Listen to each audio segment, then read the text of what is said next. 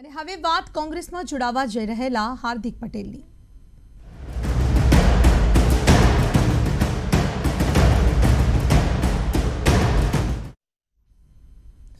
રાજકારણનો રંગ જો ચડી જાય તો ઉતરે નહીં, ભલે પછી આંદોલનની વાતો થતી હોય કે બીજા કોઈ બણગા। અને હવે આ જ રાજકારણના રંગે રંગાવા જઈ રહ્યો છે હાર્દિક પટેલ, એટલે કે હાર્દિક વિધિવત રીતે કોંગ્રેસમાં જોડાશે।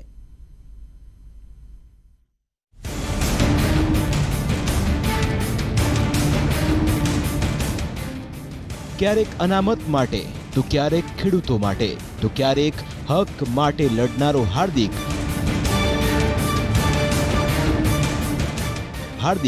આખરે હાથમાં આવી ગયો। હાર્દિકને ચડ્યો રાજકારણનો રંગ। સત્તા અને રાજનીતિના સોંગઠા એવા ગોઠવાયા કે રાજનીતિમાં આવી ગયું આમૂલ પરિવર્તન। એક સમયે સમાજને સાથે લઈને ચાલવાની વાતો કરનારા હાર્દિકે રાજકારણનો રસ્તો પકડી લીધો। કહેવા જઈએ તો પોતાનો રસ્તો જ કરી લીધો। પહેલા રાજકારણમાં ન જોડાવાની હાર્દિકે અનેક વખત વાતો પણ કરી, પણ હવે એ વાતો માત્ર વાતો જ હતી। હું રાજકારણમાં જોડાઉં તો મારા ઘર પર પથ્થરમારો કરજો, આવું કહેનારો પાટીદાર નેતા હાર્દિક પટેલ હવે કોંગ્રેસમાં જોડાવા જઈ રહ્યો છે। એટલે કે લોકસભા ચૂંટણી પહેલા હાર્દિક વિધિવત રીતે કોંગ્રેસમાં જોડાશે। રાજકોટના પડધરી ખાતે મળેલી પાસ કોર કમિટીની બેઠકમાં આ નિર્ણય લેવાયો। ત્યારે આગામી 12મી માર્ચે ગુજરાતમાં યોજાનારી CWCની બેઠક દરમિયાન હાર્દિક પટેલ કોંગ્રેસનો ખેસ ધારણ કરશે। જો કે હાર્દિક ક્યાંથી ચૂંટણી લડશે તે અંગે હજુ સુધી કોઈ જાહેરાત થઈ નથી, પણ હાર્દિકનું આ પલટો ઘણા પાસા પલટશે તે વાત નક્કી છે। Bureau report, news 18 Gujarati. તો હાર્દિક પટેલના કોંગ્રેસમાં જોડાવા અંગે લાલજી પટેલ અને રેશમા પટેલે શું કહ્યું, આવો સાંભળીએ। તો મારે એને એ જ કહેવું છે કે સમાજની આગળ આપણે જ્યારે બોલ્યા હોય કે ક્યારેય કોઈ રાજકીય પાર્ટીમાં જોડાઈશું નહીં, અને યારે જ્યારે જોડાવાની વાત કરે છે એટલે મને 100% છે સમાજના વિરોધનો એને સામનો કરવો પડશે। પાટીદાર સમાજ એ વિદ્વાન સમાજ છે, બધાને ખબર પડે છે કોણ માણસ કઈ રીતે સેવા કરે છે, એટલે ઇલેક્શનના ટાઈમે બધાને એનો જવાબ મળી જશે। જે હાર્દિકના કોંગ્રેસમાં આવવાના નિર્ણયને હું આવકારું છું। આ તાનાશાહોની જે સરકાર છે, ભારતીય જનતા પાર્ટીની જે માનસિકતા છે, જે કૂટનીતિ છે, એની સામે લડવા માટે મજબૂતાઈથી લડવું પડશે। એટલા માટે મારા માટે હાર્દિકનું કોંગ્રેસ જોઈન કરવું કોઈ આશ્ચર્યની વાત નથી। હું એમના નિર્ણયને આવકારું છું। તો ભૂતકાળમાં હાર્દિક પટેલ કોંગ્રેસ અંગે શું કહી ચૂક્યા છે તે પણ સાંભળી લઈએ। બિલકુલ નહીં, મેં જાહેરમાં કીધું છે, મને ચૂંટણીમાં જરાય રસ નથી અત્યારે। અને હાર્દિક પટેલને રાજનીતિ કરવી હોત તો હાર્દિક પટેલના 2 મહિના પછી 25 વર્ષ પૂરા થઈ જશે। મારા 17 MLA મેં ટિકિટ આપી છે, 17 લોકોને જીતાડ્યા છે, હું કઈ છે સીટ ખાલી થઈ જશે। પણ રાજનીતિ કરવો એ મારો વિષય નથી, કેમ કે ખાલી નેતા બનવા કે ધારાસભ્ય બનીને કોઈની ગાળો ખાવા અને કોઈને માઇક મારવા માટે મારે ત્યાં નથી જવું। મારે એવો નેતા બનવું છે કે જે લોકો આવીને મને કહે હાર્દિક આ કરવાનું છે ને હાર્દિક પાસે તાકાત હોય જો એ કરી શકતો હોય એ નેતા બનવાનું છે। બાકી મારે આપવું હોય ને જનતાને લેવું હોય એવો નેતા આપણે નથી। વિરોધ પક્ષ સ્કૂલ ફીનો મુદ્દો આવ્યો, વિરોધ પક્ષ કંઈ ના કર્યું। ખેડૂતનો મુદ્દો આવ્યો, વિરોધ પક્ષે મોરબી કે રાજકોટની અંદર એક પ્રેસ કોન્ફરન્સ કરી દીધી, 8 તારીખે અમે આંદોલન ચાલુ કરશું, વાત પૂરી થઈ ગઈ। પાટીદારનો મુદ્દો વિધાનસભાની અંદર કોઈ વાત નહીં। બેરોજગારીનો મુદ્દો કોઈ વાત નહીં। તમે એવું કીધું હતું કોંગ્રેસે કે અમે લોકોની સરકાર આવશે તો જે બેરોજગાર યુવાનો છે એના માટે 2500 રૂપિયાનું ભથ્થું રાખીશું। વિરોધ પક્ષમાં છો, બિલ પારિત કરો વિરોધ પક્ષના નાતે અને સરકારને મોકલો કે આ બિલ અમારે પારિત કરવું છે। તમે કરો તો ખરા કંઈક। તમે પટેલો માટે અનામતની વાત કરી કે અમે આવી રીતે 41C મુજબ 36X મુજબ અમે અનામત આપીશું, અનામતનું બિલ પારિત કરો વિરોધ પક્ષ તરીકે। તો રાજકોટ પોલીસ કમિશનરે શહેરમાં પબજી ગેમ પર પ્રતિબંધ મૂક્યો છે। પબજી ગેમને કારણે યુવાનોને માનસિક અસર થાય છે, જે તેમના સ્વાસ્થ્ય માટે હાનિ પહોંચાડે છે।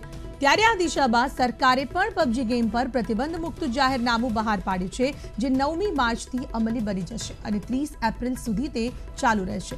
જે કોઈ પણ વ્યક્તિ આ જાહેરનામાનો ભંગ કરશે તેની સામે જાહેરનામા ભંગ હેઠળ PSI કે તેથી ઉપરી અધિકારીઓ કાયદેસરની કાર્યવાહી કરશે। પોલીસ કમિશનરે સ્પષ્ટ સૂચના આપી છે કે જો કોઈ વ્યક્તિ પબજી જેવી ગેમ રસ્તા પર રમતા જોવા મળે તો તુરંત પોલીસનો સંપર્ક કરવો।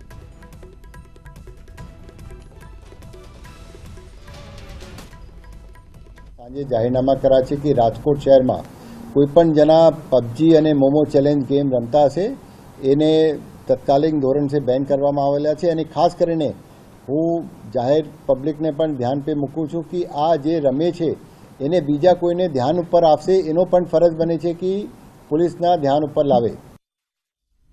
જૂનાગઢ જેલના કેદીઓનો વિડીયો વાયરલ થયો છે. કેદીએ વિડીયો જૂનાગઢ જિલ્લા જેલનો હોવાનો દાવો કરતા કહ્યું છે કે અહીં તેઓને ઢોર માર મારવામાં આવ્યો અને અહીં લોહી લુહાણ હાલતમાં જેલમાં જ રાખવામાં આવ્યા. હોસ્પિટલ પણ લઈ જવામાં નથી આવ્યા. વધુમાં આ વિડીયો 3 માર્ચનો હોવાનું પણ કેદીઓનું કહેવું છે. પરંતુ સવાલ અહીં એ થાય છે કે જેલમાં મોબાઈલ આવ્યો ક્યાંથી?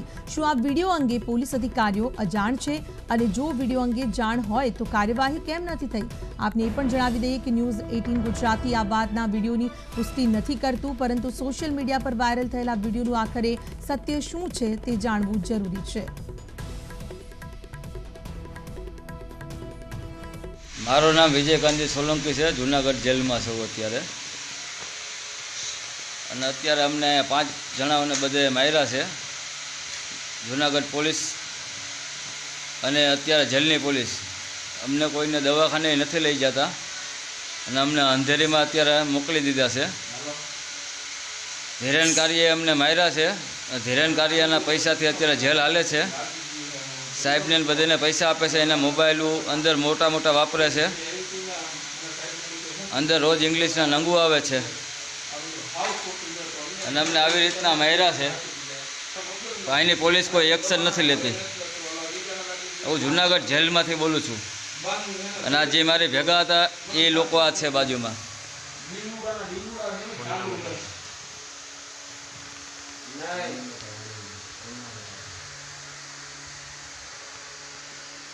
મને બી મેરો છે ભૂલ.